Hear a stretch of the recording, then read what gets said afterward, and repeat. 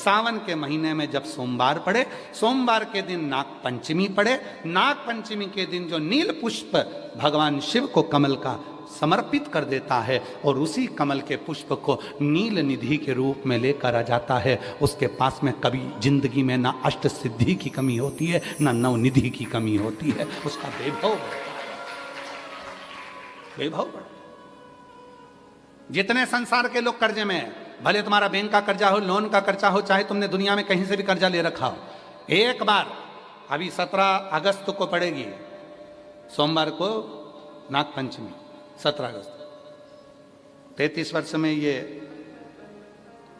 7वीं बार आ रही। बहुत रुक रुक के आती है सोमवार के, बहुत रुक रुक के, और ना जाने फिर अगला योग कब लगेगा। अगर मौका मिला है कर लो। और हमने यहां तक कहा यदि कमल का पुष्प ना मिले तो एक महाराज जी, एक पुष्प होता है वो नीले कलर का शंख जैसा होता है, जो शिव जी को बड़ा प्रिय है। क्या बोलते हैं उसको, शंख पुष्पी, क्या वो, नीलकंठ, हाँ, एक नीले कलर का होता है। अभी तो यहाँ पर है नहीं, हम प्रयास करेंगे आपको उसका दर्शन कराए। चढ़ा है, लाओ, चढ़ा है, लाओ जा, लाओ।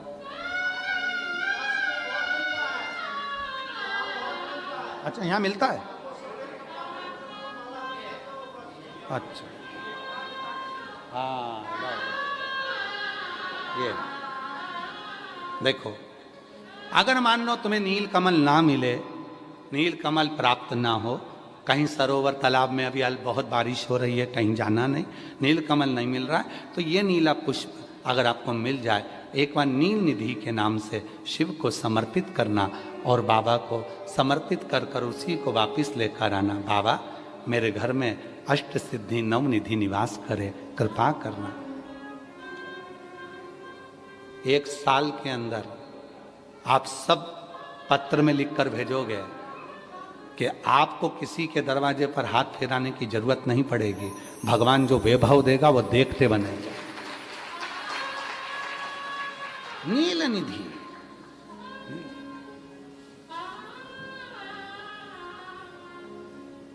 कौन सा दिन है बोलो जरा, सावन के, जम के बोलो जरा, जम के बोलो, सावन के सोमवार पर यदि नाग पंचमी पड़े तो फिर हमें ना तो तप करना है, ना साधना करना है, ना कोई उपवास, ना कोई। और एक और चीज बड़ी सुंदर लिखी है महाराज, नील निधि, ध्यान दीजिएगा। यदि डॉक्टर ने कह दिया तुम्हारे शरीर में कोई गठान है, बहुत बड़ा कोई रोग हो गया है, ये छूट नहीं रहा है, बहुत तकलीफ में पड़े हुए हो और मिट नहीं रहा, तब शिव जी के शिवलिंग पर एक दुर्वा, दुर्वा का मुख हो जलाधारी की ओर जहाँ से पानी बहता, बेलपत्री, बेलपत्री का डंडी का मुख हो जहाँ से जल बहता जलाधारी की ओर, और 2 छोटी छोटी कटोरियों में यदि सावन महीने के सोमवार की नाग पंचमी पर अगर दूध चढ़ाया जाता है और उसको दूध चढ़ी हुई बेलपत्री और दुर्वा दोनों को लेकर आया जाता है, दुर्वा सुबह के समय द्वितीय दिवस में, जिस दिन चढ़ाओगे उस दिन नहीं, द्वितीय दिवस में उसको सुबह सुबह चबाकर खा लीजिए, और बेलपत्री को जिस कक्ष में आप सोते हैं उस कक्ष में उसको रख लीजिए, कहीं पर भी, हमेशा के लिए। जो शरीर का रोग है वो धीरे धीरे मिटेगा ही, और 4 से 6 महीने के अंदर बड़े से बड़ा रोग सारी रिपोर्टें नील आकर सामने खड़ी हुई। ये कोई साधारण नहीं है सावन महीने का सोमवार, उस दिन पड़ने वाली नाग पंचमी। पर सत्य बात क्या है, शिवजी नेत्र बंद कर कर बैठे हुए थे, समाधि में लीन थे, और उनकी धर्म पत्नी मां सती उनके हृदय में आकर बैठ गई और कहा, प्रभु, ए नाथ, ए प्रभु, मेरे पिता के अभिमान में मैं खुद जलकर भस्म हो गई, आज एक कृपा करिए, मेरी बहन का पति आपके सामने खड़ा है, रिश्तेदारी निभा दीजिए, थोड़ा सा सम्मान कर दीजिए। और शिव जी अपनी नेत्र को खोल लिए, और जो नेत्र खोले तो कामदेव को लगा कि मैंने समाधि तोड़ दी, पर भगवान शंकर ने रिश्तेदारी निभाकर कामदेव को समाप्त कर दिया। रिश्तेदारी महाराज, रिश्तेदारी बनाना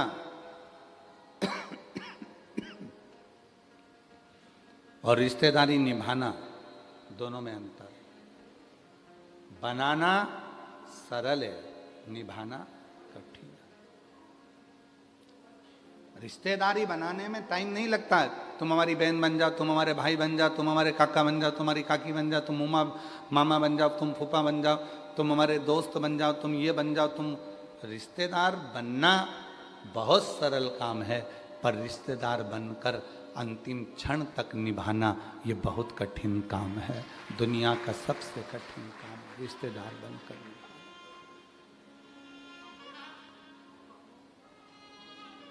और जितने रिश्तेदार संसार के बनते हैं ये सब छूटने वाले होते हैं।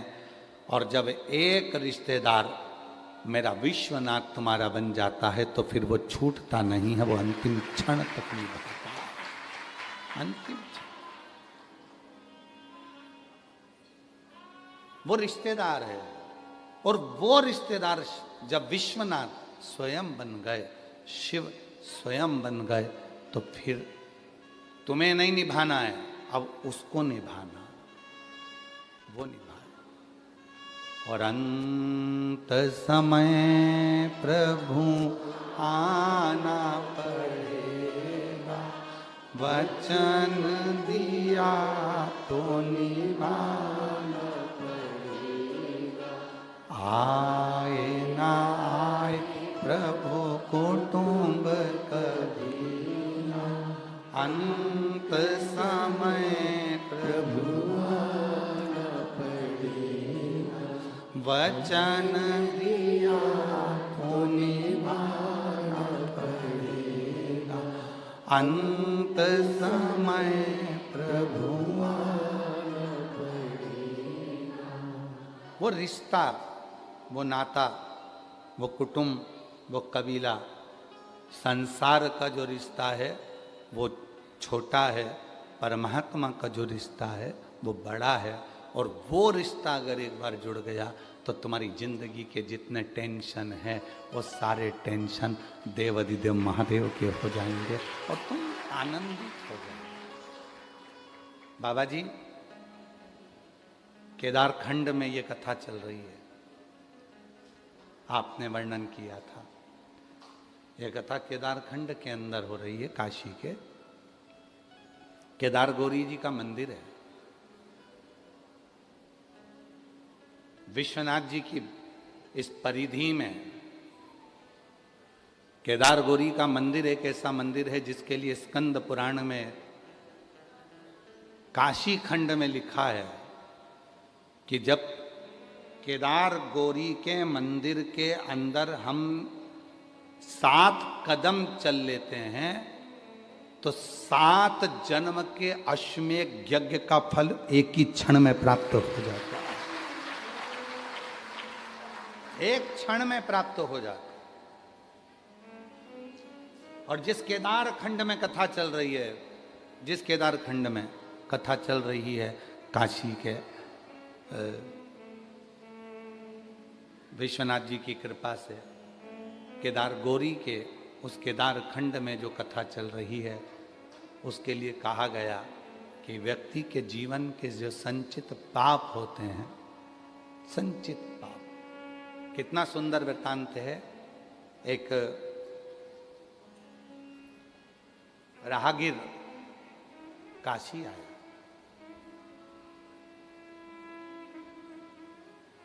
एक राहगीर काशी आया,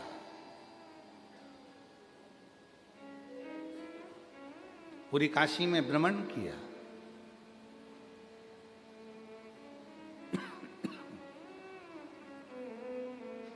आप लोगों में से कितने लोग हैं जो काशी में भ्रमण करते हैं, घूमते हैं, कभी घर से बाहर निकलते हो, रोड पे चलते हो? ठीक है, ठीक है, रखिए। हम नहीं निकलते इसलिए हम आपसे पूछ रहे हैं। हम नहीं निकलते। आपको मालूम होगा बाबा जी, शायद कहने में मुझसे गलती हो जाए, क्षमा करिएगा, और पूरी दुनिया वालों से जितने भी मेरे श्रोता हैं उनसे भी हाथ जोड़कर क्षमा मांगता हूं जो शब्द कहने जा रहा हूं उसके लिए। तीर्थ में भजन करो, एक जगह बैठो, दर्शन करो, पर तीर्थ में व्यर्थ किसी गली मोहल्ले चौराहे पर ना घूमो। उसकी कथा चल रही है, हो सकता है हमारी बात का बुरा लग जाए किसी को। क्यों? ये केदार खंड की कथा कर रही है, केदार गौरी के मंदिर का प्रमाण कर रहा है। एक राहगीर आ गया, बहुत भक्ति वाला था, बहुत भजन वाला था, पर काशी में आने के बाद जिन गलियों में जाता था उन गलियों में ही कुछ ना कुछ बुराई ढूंढ लेता था। इतना कीचड़ पड़ा है, क्या देखा जा रहा है? विश्वनाथ जी की भूमि है, गंदी हो रही है, कचरा पड़ा है, पानी पड़ा है, रास्ते में कीचड़ हो रहा है, ये विश्वनाथ जी की भूमि है। तुम किसको कहना हो? किसको बोल रहे हो? विश्वनाथ जी को? विश्वनाथ जी को? विश्वनाथ जी की भूमि है, इतना कचरा हो रहा है। विश्वनाथ जी की भूमि है, ऐसा हो रहा है। विश्वनाथ जी की भूमि है, ऐसा हो रहा है। लोग ब्रज जाते हैं, ब्रज की दर्शन करते हैं, गिरिराज जी की परिक्रमा करते हैं, राधा जी की बरसाने की परिक्रमा करते हैं, ब्रज की परिक्रमा करते हैं। और कई लोग कहते हैं कि हमने परिक्रमा में देखा इतनी गंदगी थी, वहाँ ऐसा पड़ा था, वहाँ वैसा पड़ा था। अरे भाई, एक बार स्कंद पुराण को, काशी खंड को उठाकर पढ़िएगा। राहगीर की कथा कहती है, वो राहगीर आया था तप करने के लिए, आया था भजन करने के लिए, आया था काशी मंत्र जाप करने के लिए, पर वो स्थिर ना रहकर यहाँ वहाँ भ्रमण करा, और भ्रमण करने में उसने सब चीज़ों में गलत देखा। अंत में उसके शरीर में एक रोग हो गया, एक रोग, वो शरीर के एक रोग से ग्रसित हो गया। और रोग भी ऐसा था कि वो रोग साधारण नहीं था, उसका शरीर पूरा गलने लगा, पूरा शरीर। आप तो विश्वनाथ की धरा पर रहते हो तो आपको ये कथा याद होगी। केदारखंड में जो रहते हैं उनको इसमें स्मरण होगा, याद होगा। शरीर में ऐसा रोग हो गया कि वो शरीर का पूरा शरीर धीरे धीरे गलने लगा, और गलने लगा तो वो नीचे की ओर गिरने लगा। बड़ा दुखी हुआ। एक दिन गुहार करने लगा विश्वनाथ जी से, गंगा का स्नान कर कर। मैंने तो सुना था गंगा तरण तारण है, मैंने तो सुना था कि गंगा मुक्ति दे देती है, मैंने तो सुना था कि विश्वनाथ सबके संकट हर लेते हैं, दुख हर लेते हैं, कष्ट हर लेते हैं, इसलिए मैंने ये सुना था, पर मैं तो आज शरीर से ग्रसित हो गया। मैं शरीर से आज बीमारी से ग्रसित हो गया। ये क्यों, किस लिए?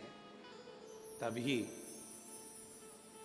एक संत निकल कर जा रहे थे गंगा स्नान कर कर, जो अपनी कुटिया से कभी बाहर नहीं निकलते थे। संत, साधु, सन्यासी, तपस्वी, साधक, उपासक, एक अच्छा शिव का भक्त जिस जगह पर रहता है, अगर काशी में आया है तो उसको दर्शन करना है, दर्शन करके सीधे अपने कक्ष में जाना है, फिर भजन में लग जाना है, फिर किसी दर्शन करने जाना है, सीधे कक्ष में जाना है, भजन में लग जाना है। वो इधर उधर भ्रमण करने के लिए नहीं जाता, वो घूमने के लिए नहीं जाता। हम भी नहीं निकलते बाबा जी, चंदन भैया, निकलना नहीं होता हमारा। हम ब्रज भी जाते हैं, बरसाना की परिक्रमा करते हैं, गोवर्धन नाथ जी की परिक्रमा करते हैं, वृंदावन की परिक्रमा करते हैं, मथुरा की परिक्रमा करते हैं, गोकुल की परिक्रमा कर लेते हैं, नंदगांव की परिक्रमा कर लेते हैं हम, परंतु हम परिक्रमा करिए अपने कक्ष में, कक्ष से हम बाहर नहीं, ज्यादा घूमना नहीं। मैंने तो सुना था कि विश्वनाथ जी की भूमि पर आकर लोगों के दोष मिट जाते हैं, मेरे तो शरीर में रोग हो गए, शरीर में रोग। क्यों हुआ? गंगा का स्नान कर कर एक संत निकल कर आ रहे थे। हाथ में उनके एक छोटी सी बाल्टी थी, बाल्टी में गंगा का जल था। हाथ में एक टेढ़ी आड़ी सी छड़ी थी, बाल खुले थे महाराज। गले में एक रुद्राक्ष पड़ा हुआ था लाल धागे में, और तन पर एक लंगोट थी। उसने, राहगीर ने रोक लिया महाराज को। तुम रोज गंगा नहाते हो? संत ने कहा नहीं। तुम रोज गंगा नहीं नहाते? नहीं। परंतु मैं तो 15 दिन से देख रहा हूं कि तुम रोज गंगा नहाने के लिए आते हो और गंगा नहा के जाते हो, और तुम झूठ बोल रहे हो काशी में रहकर। कहा मैं गंगा नहीं नहाता, मैं तो मां की गोद में निवेदन करने के लिए आता हूं, मैं गंगा नहीं नहाता। नहाना किसको कहते हैं आपको मालूम है? स्नान में और नहाने में अंतर है बहुत बड़ा, जमीन और आसमान का अंतर है। नहाना कहते हैं पानी को अपने ऊपर डाल लेना, साबुन लगा लेना, सर्फ लगा लेना, उपटन लगा लेना, शैम्पू लगा लेना, इसको नहाना कहते हैं। और स्नान कहते हैं जिस पवित्र नदी में स्नान करने के लिए गए हो, वहां जाकर उस माँ को प्रणाम कर कर कहना कि मेरी जिंदगी के संचित पापों को समाप्त कर देना, मैं तेरी शरण में आया हूं। इसको स्नान कहते, इसको स्नान कहते। आप रोज नहाते हो? नहीं। मैं 15 दिन से देख रहा हूं आप रोज निकल कर जाते हो, बाल्टी रहती है, डंडा रहता है, गले में रुद्राक्ष रहता है, लंगोट बंदी रहती है, बालों में से पानी टपकता रहता है, बालों में से पानी टपक रहा है आपके, और झूठ बोल रहे। क्या बात क्या है बोलो? मैं आया था, मैं राहगीर हूं, दूर देश से आया हूं, और यहाँ बाबा विश्वनाथ जी की धरा पर तप करने, साधना करने, व्रत करने, यहाँ मैं नियम धारण करने आया था यहाँ, परंतु मेरे शरीर में रोग हो गया है। तो संत ने कहा इस रोग को लाने वाला कोई दूसरा नहीं है, इस रोग को लाने वाले तुम खुद हो। अगर जिसके घर में आओ ना, उसके घर की तारीफ करो, कभी उसके घर की बुराई नहीं करना चाहिए।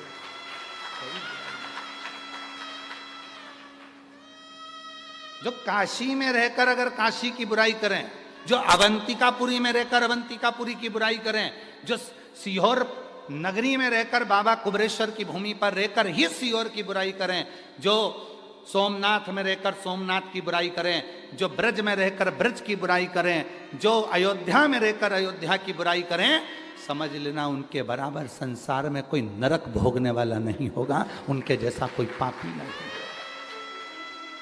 आप अच्छाई देखो ना, अच्छाई देखो।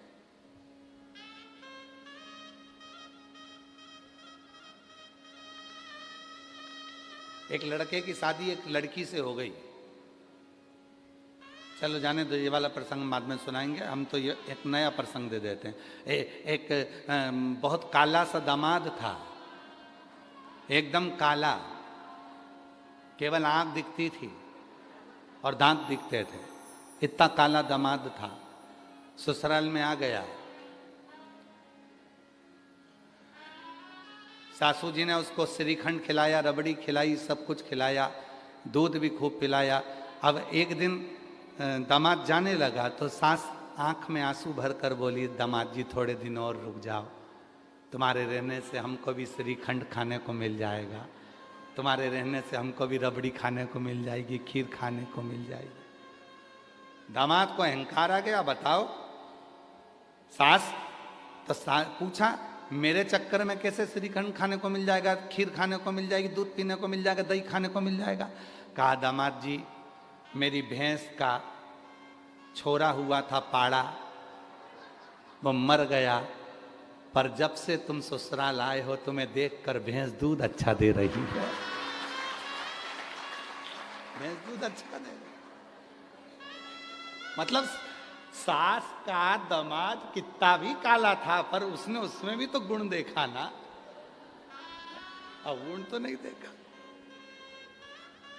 अब दूसरे वाले प्रसंग पे जाओ। एक पति की पत्नी बड़ी काली थी, बहुत काली, बहुत काली। पूरा स्वरूप उसका श्याम था, काली थी। वो हमेशा अपनी पत्नी को यमुना कहकर पुकारता था, यमुना, यमुना कहता था। एक दिन बहुत दुखी हुआ तो किसी ज्योतिष आचार्य के पास पहुंचा और ज्योतिष आचार्य से कहा कि मैं तकलीफ में हूं। तो उसने कह दिया कि तुम्हें 7.5 चल रहा है। 7.5? हाँ, 7.5 शनि लगा है। उसने सुनते से ही ज्योतिष आचार्य से कहा कि मुझे 7.5 कभी नहीं लग सकता, क्योंकि मेरी पत्नी का नाम यमुना है और वो शनि महाराज की बहन है, तो मुझे कैसे लग सकता है? वो शनि महाराज की बहन है, उसका भी वर्ण काला है, श्याम है, मैं उसको यमुना कहकर पुकारता हूं। अच्छा ही देखिए। तो शनि ने भी हाथ जोड़ लिए कि इसका कुछ नहीं बिगाड़ सकता, क्योंकि इसकी धर्म पत्नी का नाम यमुना है और श्याम वर्ण है इसका, मैं बिगाड़।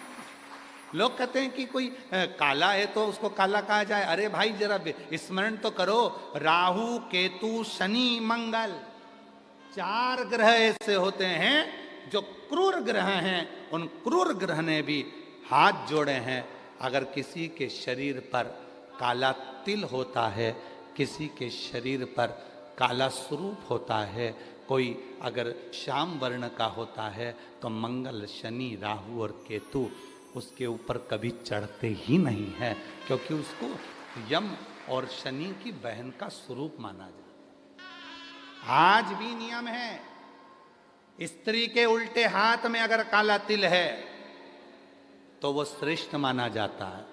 पुरुष के सीधे हाथ में काला तिल है, वो श्रेष्ठ माना जाता है, उसकी श्रेष्ठता होती है, उसको श्रेष्ठ माना जाता है। अब तुम सब अपने अपने हाथ देखने में लग गए। तुम वाराणसी वाले कम थोड़ी ना हो, पक्के ही हो तुम भी है। बोल बम का नारा है। तो यहाँ हमें बुरा नहीं देखना, हमें तो अच्छा देखना है। सर्व है, सब में अच्छा देखिए, सब में श्रेष्ठ देखिए।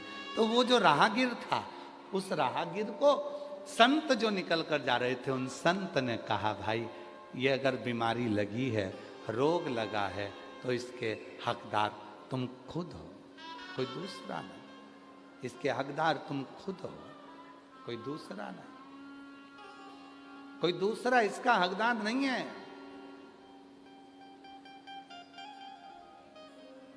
मैंने क्या गलती करी? तुमने एक गलती करी। क्या करने आए थे काशी में? भजन करने। क्या करने आए थे काशी में? साधना करने। क्या करने आए थे काशी में? शिव विश्वनाथ जी का भजन दर्शन करने के। क्या कर रहे हो? फिर वही वाली बात आ गई, हम तेरी दुनिया में आकर खो गए, हम तेरी दुनिया में आके खो गए, कर ना पाए हरि भजन और सो गए, कर ना पाए हरि भजन और सो गए। हम तेरी दुनिया में आके खो गए, हम तेरी दुनिया में आके खो गए, कर ना पाए हरि भजन और सो गए, कर ना पाए हरि भजन और सो। हम आए थे भजन करने के लिए, हम आए थे स्मरण करने के लिए, हम आए थे मंत्र जाप करने के लिए, हम आए थे नाम जाप करने के लिए, और खो गए। हाँ, काशी वालों से निवेदन है, ये कथा जो काशी के निवासी हैं उनके लिए नहीं है। जो काशी के निवासी हैं उनको तो बाहर निकलना पड़ेगा, जो काशी के निवासी हैं उनको तो बाजार जाना पड़ेगा, जो काशी के निवासी हैं उनको तो अपना कर्म करना पड़ेगा, जो काशी के निवासी हैं उनको तो काशी में जाकर काम करना पड़ेगा। और तुम जो काशी के निवासी हैं वो किसी काशी के निवासी नहीं, ये पूर्व में शंकर भगवान के फैमिली मेंबर हैं।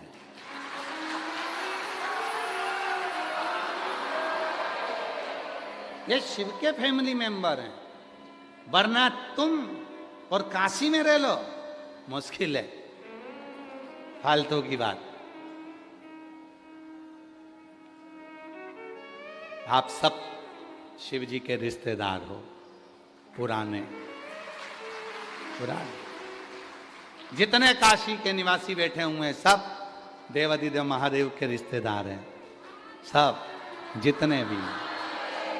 और उसमें कोई भेद नहीं है, कोई कहे कि हम ब्राह्मण, हम क्षत्रिय, हम वैश्य, हम शूद्र, ना ना ना ना, सब जितने काशी के वासी हैं, काशी में रहने वाला, झाड़ू लगाने वाला, काशी में ड्यूटी करने वाला, काशी में पुलिस प्रशासन में रहकर सर्विस करने वाला, नौकरी करने वाला। जरा विचार करना, नौकरी तो तेरी उत्तर प्रदेश के किसी दूसरे जिले में लग जाती, काशी में लगी है, मतलब तू शंकर जी का, विश्वनाथ जी का पुराना रिश्तेदार है, इसलिए तुझे यहां बुलाया गया। एक नियम चलता है, आप लोगों को एक नियम चलता है, जब जो मंत्री बैठता है, जो राजा बैठता है, जो मुख्यमंत्री बैठता है, जो राजा बैठता है, वो अपने जिले में अपने खास आदमी को रखता है। तो यहां विश्वनाथ जी सब कुछ है, तो तुम सब खास हो, इसलिए तुम्हें यहां रखा, तुम सब खास। अच्छा, तुम्हें अकड़ तो बहुत रहती होगी कि हम विश्वनाथ वाले, हम विश्वनाथ वाले, और होना भी चाहिए जी। अगर अकड़ करो, थोड़ा सा अहंकार करो, तो करना अपने विश्वनाथ पर। क्या देखा तुमने, हमसे ज्यादा भिड़ना मिड़ना मती, और फालतू की बात हमसे करना मती। हम तो विश्वनाथ वाले हैं, मणिकर्णिका की इतनी सी भी राख उठा लेंगे और विश्वनाथ का नाम लेके ऐसे फेंक दूंगी ना तो दिखेगी नहीं। हमसे मत भिड़ना तू, हम विश्वनाथ वाले, हम तो बाबा के भरोसे हम तो बाबा के भरोसे चलते हैं।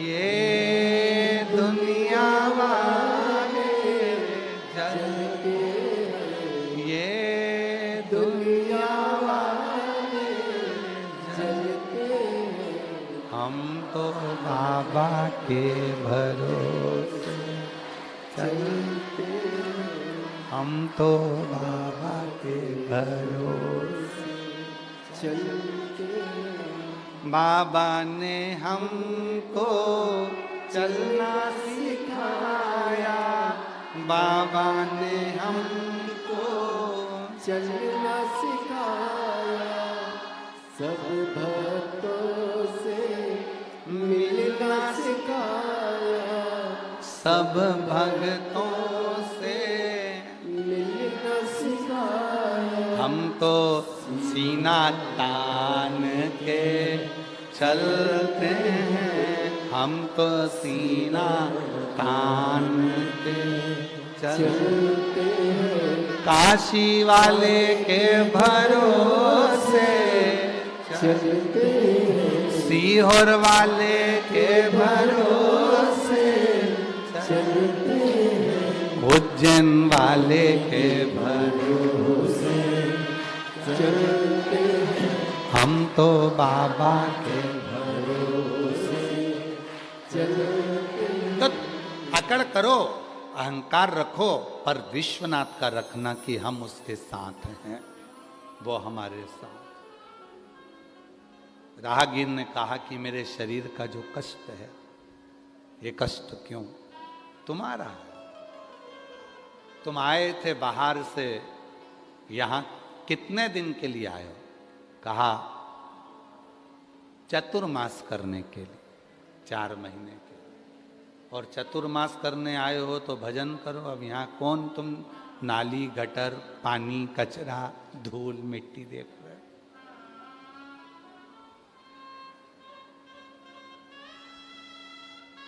क्यों?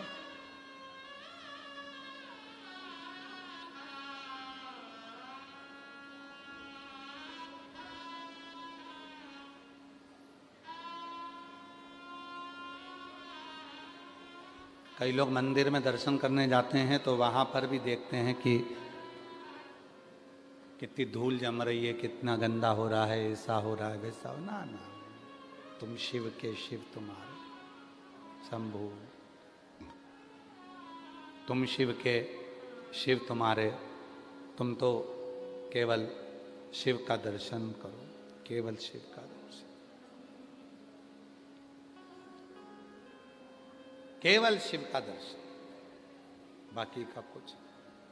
चतुर्वेदी जी आप भी बोले, बाबा जी भी बोले थे कि केसरी जी भी बोले कि भाई आओ गुरु जी दर्शन करने के लिए, अपन यहाँ चलते हैं। वहाँ हमने कहा चलेंगे और ट्रैफिक बहुत है, सावन का महीना है, भक्त लोग ज़्यादा हैं, कहाँ अपन जा पाए। बाबा जी से भी हमने यही कहा कि इतना भक्त आ रहा है, भीड़ बहुत ज़्यादा है, कहाँ जाएंगे। इसलिए जितने दिन यहाँ पर हैं उतने दिन भगवान की भक्ति करें, भगवान की भक्ति जितने। और आज तो एक बहुत अच्छी बात रही, सतुआ बाबा जी ने हमें बताया कि महाराज जी माँ गंगा के तट पर बैठकर पार्थिव शिवलिंग का आज हमने निर्माण कर पूजन करे। तो जब पार्थिव पूजन, सतुआ बाबा जी बता रहे थे कि जब पार्थिव पूजन गंगा जी के तट पर हम कर रहे थे तो ऐसा लग रहा था जैसे गंगा उछाले भरकर उस पार्थिव के पास आ रही है, पार्थिव के पास। और ये गंगा का उछाला नहीं, ये अपने हृदय का शिव के प्रति उछाला है बाबा जी। ये गंगा भक्ति है। ए राहगीर, गलती तुम्हारी है। राहगीर ने कहा मुझसे गलती हो गई जो मैंने काशी में आकर बहुत सारी कुछ नाली, गटर, गंदगी को देखा। मुझे तो भक्ति करना था, भजन करना था, भजन करना। काशी में आओ तो अच्छी अच्छी मॉल को देखो, शॉपिंग मॉल, अच्छी साड़ियों की दुकान देखो, सोने की दुकान देखो, हीरे की दुकान देखो, चांदी सोना की दुकान देखो। चंदन जी, काशी में आओ तो चांदी सोना की दुकान देखो, शॉपिंग मॉल देखो, हीरे की दुकान देखो, बनारसी साड़ियों की दुकान देखो, चाय की दुकान देखो, कचौड़ा की दुकान देखो, सब देखो। पर काशी में आने के बाद ये विचार मत लाना कि ये अच्छा कि वो बुरा, ये गंदा, वो गंदा, वो ऐसा, वो वैसा। खूब अच्छा देखो, कितनी अच्छी साड़ियाँ हैं, बनारसी हैं, कितना अच्छा जेवर है, सोने चांदी का है, कितना अच्छा है। अच्छाई जितनी देख सकते हो उतनी देखो, जितनी देखो। विश्वनाथ जी का दर्शन करने जाओ तो अच्छा ही देखो, क्या गंगा जी का तट है, क्या सीढ़ियां बनी है, कितना अच्छा उत्तर प्रदेश सरकार ने और माननीय प्रधानमंत्री जी ने, नरेंद्र भाई मोदी जी ने, और कितना उत्तर प्रदेश सरकार के यशस्वी मुख्यमंत्री जी योगी जी ने इस काशी का कितना विकास कर दिया, कितना अच्छा कर दिया। आज इतनी पब्लिक आ रही है, कम से कम पूरे काशी का कितना व्यापार, कितना रोजगार बढ़ गया, कितना कितना वैभव बढ़ गया, कितना आनंद बढ़ गया। ये अच्छाइयाँ देखिए, ये अच्छा, ये अच्छा।